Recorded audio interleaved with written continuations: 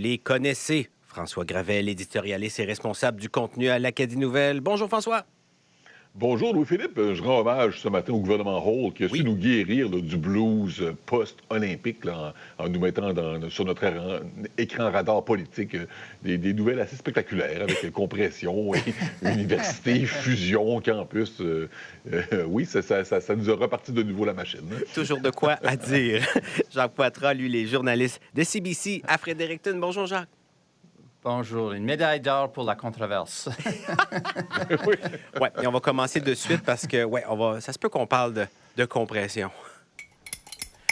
On discute aujourd'hui de ces consultations prébudgétaires très intrigantes, il faut le dire, un petit peu hors norme en vue du budget du 17 mars. Puis on va en parler en deux temps, là. La province qui a partagé plusieurs suggestions pour réduire les coûts. Puis souvent, pour une province, c'est pas nécessairement le moment de dire... On peut pas vraiment tout le temps dire quoi faire à toutes sortes d'organismes. On travaille avec toutes sortes de suggestions.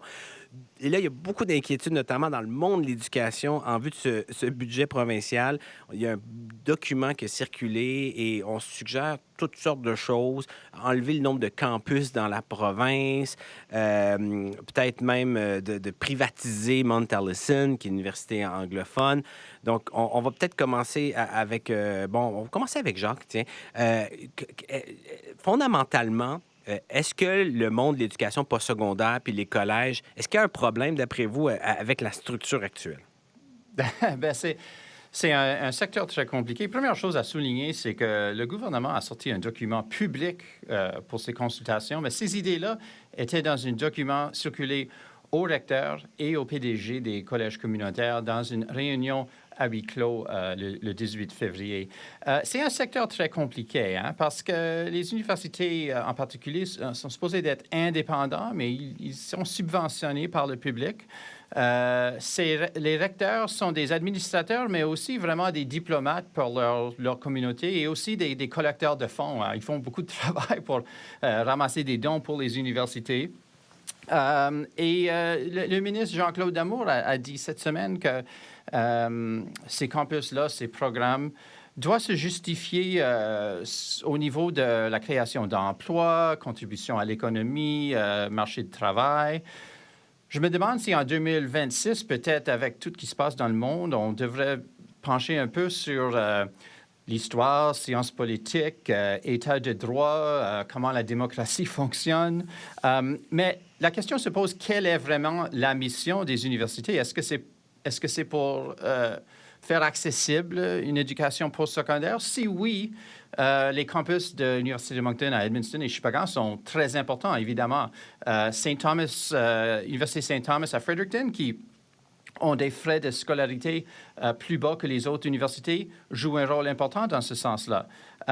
Mais s'il n'y a pas cette mission publique, sociale pour les universités, si on le voit comme quelque chose un peu plus particulier, un peu plus exclusif, peut-être il y a trop de campus, trop de collèges pour une province de 860 000 personnes.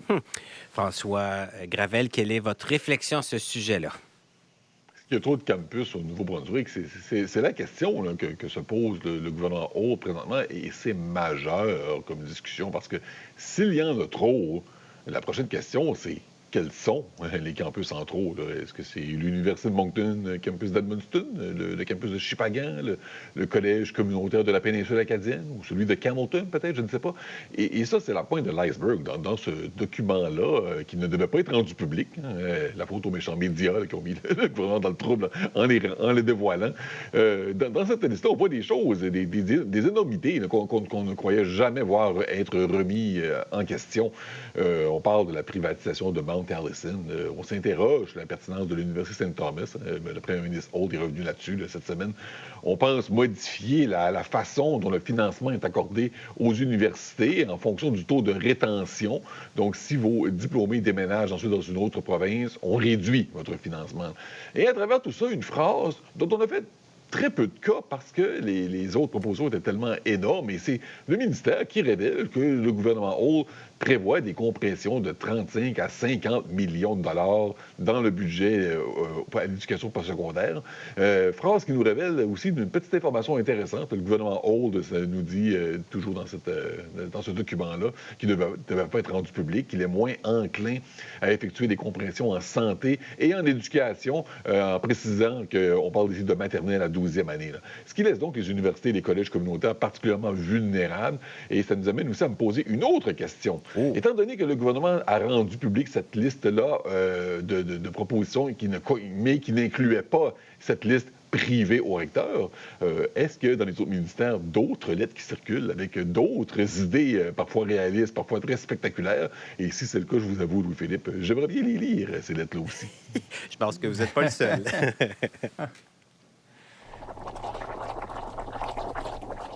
Puis en deuxième temps, c'est vraiment des consultations prébudgétaires très, très intéressantes parce que, en filigrane, il y a cette lettre-là, il y a le sondage qui a été présenté au public aussi, qui présentait toutes sortes de pistes de solutions. C'est comme dire, écoutez, on veut qu'il y ait des compressions, on vous donne des suggestions comme ça, puis décider, mais en même temps, on se demande qu'est-ce qui sera un petit peu décidé. Puis ça amène vraiment une question sur la gestion du message de la province, puis que finalement, puis François en a glissé un mot, quels seront peut-être les intouchables s'il y a vraiment une vague de compression budgétaire. Peut-être j'aimerais vous entendre là-dessus, Jacques Poitras. Bien, c'est très intéressant parce que, oui, on pense souvent qu'il y a certains intouchables au Nouveau-Brunswick au niveau politique, mais ce n'est pas nécessairement toujours le cas. Mais tu sais, ces universités-là, ils ont des réseaux de diplômés qui sont au gouvernement, dans les organismes communautaires. Ils ont beaucoup d'influence. Comme j'avais dit, l'Université St. Thomas joue un rôle social. Ils accueillent des élèves désavantagés. Ils ont des frais de scolarité moins grands. Et voilà, très rapidement, la première ministre a déjà reculé sur l'idée de fusionner l'université avec UNB. Mount Allison, de l'autre côté, est vu comme un peu plus élite. Il y a beaucoup d'élèves qui viennent des autres provinces. Seulement 40% des diplômés restent au Nouveau-Brunswick. Alors, la question se pose, pourquoi on subventionne des jeunes d'Ontario, des jeunes riches qui viennent à Mount Allison, puis là, ils partent après 4 ans. Mais Susan Holt a abandonné cette idée aussi. Et comme j'ai dit, les diplômés sont très branchés avec les autres fonctionnaires, avec les élus. Alors, ils ont beaucoup d'influence. Mais si on arrive à un moment où il y a certaines idées qu'on ne peut pas toucher, il faut poser la question, dans le budget qui s'en vient, là, est-ce qu'on va... Peut-être la question, c'est pas vraiment quelles vont être les compressions, mais est-ce qu'on va renverser des autres compressions la semaine après le budget? L'autre aspect, c'est que ces intouchables, la province a aussi l'option de ne pas imposer certaines décisions sur les universités, mais de simplement couper le budget global de, comme on dit, de 35 à 50 millions, puis laisser ces décisions difficiles-là aux universités eux-mêmes, aux administrateurs. Et alors Susan Holt dit on va pas fermer tout, mais si on gèle les frais de scolarité et coupe le budget au même temps, c'est peut-être des universités qui doivent réfléchir. Oui, on essaie finalement que la décision, que s'il y a des décisions dures à prendre, que ce soit peut-être pas que le gouvernement ne perde pas la face dans tout ça. François Gravel, qu'est-ce que vous pensez de ça? Je pense que le gouvernement Holt a été décontenancé d'abord par le fait que la lettre au recteur a été rendue publique. C'était pas prévu dans le plan de communication. Depuis ce temps-là, on improvise jusqu'à un certain point. Et on l'a vu cette semaine, alors que la lettre au recteur nous dit que, dans le fond, que tout est sur la table. Là. Pensons, comme disent les anglophones, à l'extérieur de la boîte, alors que la sortie de la première ministre Holt qui nous dit non, on ne fusionnera pas St. Thomas avec UNB, non, on ne privatisera pas Mount Allison. Ce que ça nous dit, c'est que tout n'est pas sur la table, cela dit. Hein? Mais alors, pourquoi ces deux idées-là se retrouveraient dans la lettre du ministre Jean-Claude Damour, si c'est le cas? Et là-dedans, il y a beaucoup de choses. Là. On précise bon, qu'il y a 20 campus. Est-ce qu'on a besoin de chacun d'eux? Est-ce que c'est une réflexion sérieuse, là aussi? Ou encore une fois, il faut s'attendre à ce que la première ministre Holt fasse une sortie pour dire « Ah, ben tel campus, lui, il n'est pas menacé. » Et lui non plus, d'ailleurs. Et mon impression, c'est que le gouvernement, ici, a fait exprès pour mettre dans sa liste beaucoup, beaucoup de choses, dont certaines qu'il savait qui ne seraient pas acceptées par ses interlocuteurs, les recteurs notamment, afin de voir s'il va y avoir d'autres propositions dans la lettre qui vont être retenues. Lesquelles, je ne sais pas, mais on revient toujours à ça, cette réduction-là du financement de 35 millions. On n'en parle pas pendant ce temps-là. Ça fait l'affaire du gouvernement.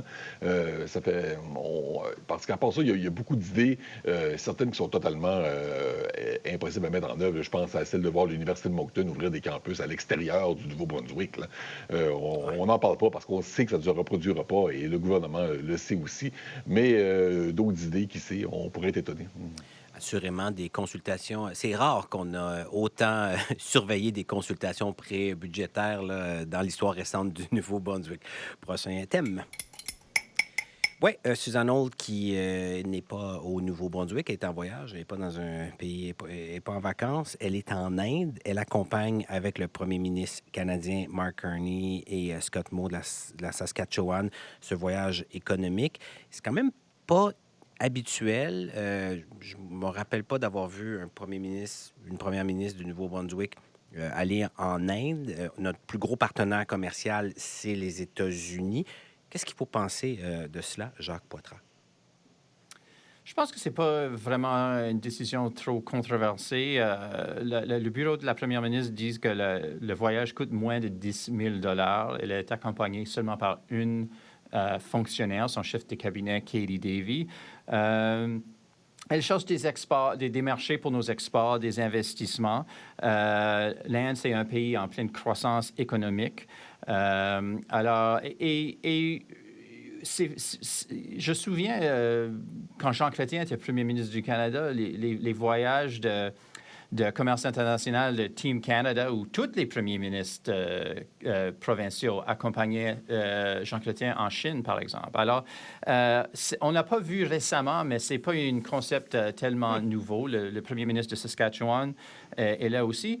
Mon analyse politique, c'est que peut-être un des aspects qui tentait Susan Holt le plus avec ce voyage, c'était de passer 15 heures en avion avec Mark Carney parce qu'elle est allée en Inde dans l'avion du premier ministre. Alors, ça le donne beaucoup de temps de faire du lobbying sur des projets provinciaux. C'est l'avantage sur des du partenariats covoiturage. potentiels. Et Mark Carney ne peut pas vraiment l'échapper pendant ces 15 heures-là. On est pris dans l'avion avec, hein? C'est l'avantage du covoiturage. François Gravel?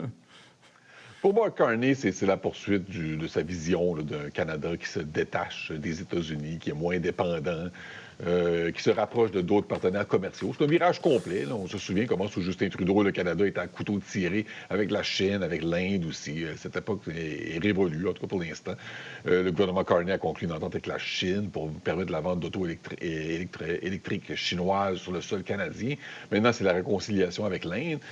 Pour Susan Holt, elle qui participe au voyage, je ne sais pas si sa présence va contribuer ou non à ouvrir les portes du marché intérieur indien aux entreprises néo-brunswickoises. Nouveau-Brunswick qui a des bureaux en Inde, ça date de l'époque du gouvernement X. Donc, cette vision-là de permettre à nos entreprises de percer ce marché-là, elle existe. C'est une continuité.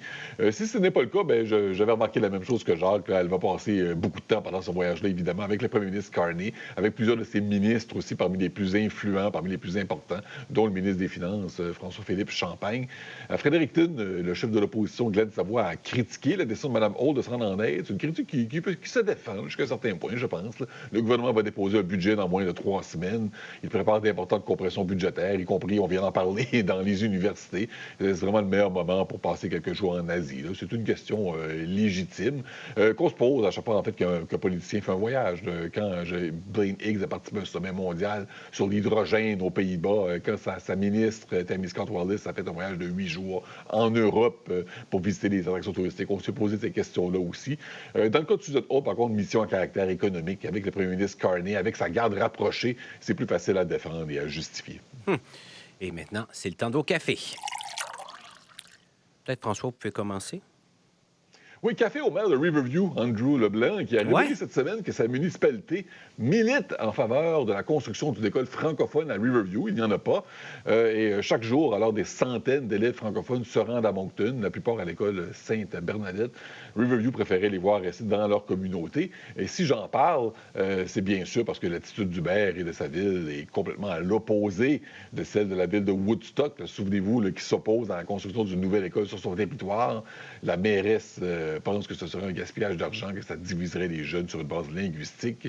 Elle a même proposé, dans une lettre au gouvernement, de construire plutôt une aile francophone à l'école secondaire anglophone déjà existante. Alors, deux villes, deux maires et surtout deux avis très différents sur l'idée de construire une école francophone sur leur territoire respectif. Et j'ajoute à ça un café aussi au chef du Parti conservateur, Pierre Poilievre, qui a livré un discours devant l'Economic Club de Toronto.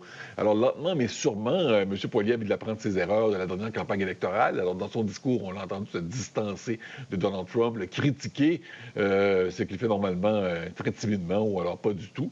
M. Poilievre, il a besoin d'améliorer son image s'il veut séduire un électorat plus large que celui qui lui est déjà acquis, en particulier en Alberta. Alors, le discours de jeudi à Toronto, ça s'inscrit dans cette logique. Et vos cafés, Jacques? Café très, très, très fort pour René Lagacé, ministre des Finances, qui a probablement lu le rapport fédéral hier qui disait que la croissance de la population canadienne est gelée. Ça ne monte plus à cause des mesures fédérales sur l'immigration. La meilleure chose pour le budget de René Lagacé en 3 semaines, ça serait une autre 100 000 personnes qui arriveraient au Nouveau-Brunswick pour ajouter à nos revenus, mais c'est clair que ça ne va pas arriver. Et café très sucré pour le maire d'Eau-Madawaska, Jean-Pierre Ouellette, qui a annoncé cette semaine qu'il va faire son départ de la politique active après 50 ans. Comme maire aussi, comme ministre et député provincial, quelqu'un avec une sagesse institutionnelle pour sa communauté, sa région, la province, le Parti progressiste conservateur. J'imagine que malgré sa retraite, il va être peut-être impliqué un peu dans la course pour la chefferie qui s'en vient plus tard cette année. C'est ça. Moi, j'ajoute un café, j'ajoute un chocolat chaud pour tous les élèves là, qui s'en vont en semaine de relâche lorsqu'ils vont jouer dehors avec le petit joue rouge et tout ça. Merci beaucoup, messieurs, pour vos analyses. François Gravel, éditorialiste et responsable du contenu à l'Acadie Nouvelle. Jacques Poitras, journaliste de CBC à Fredericton. Merci beaucoup, messieurs. Merci à vous.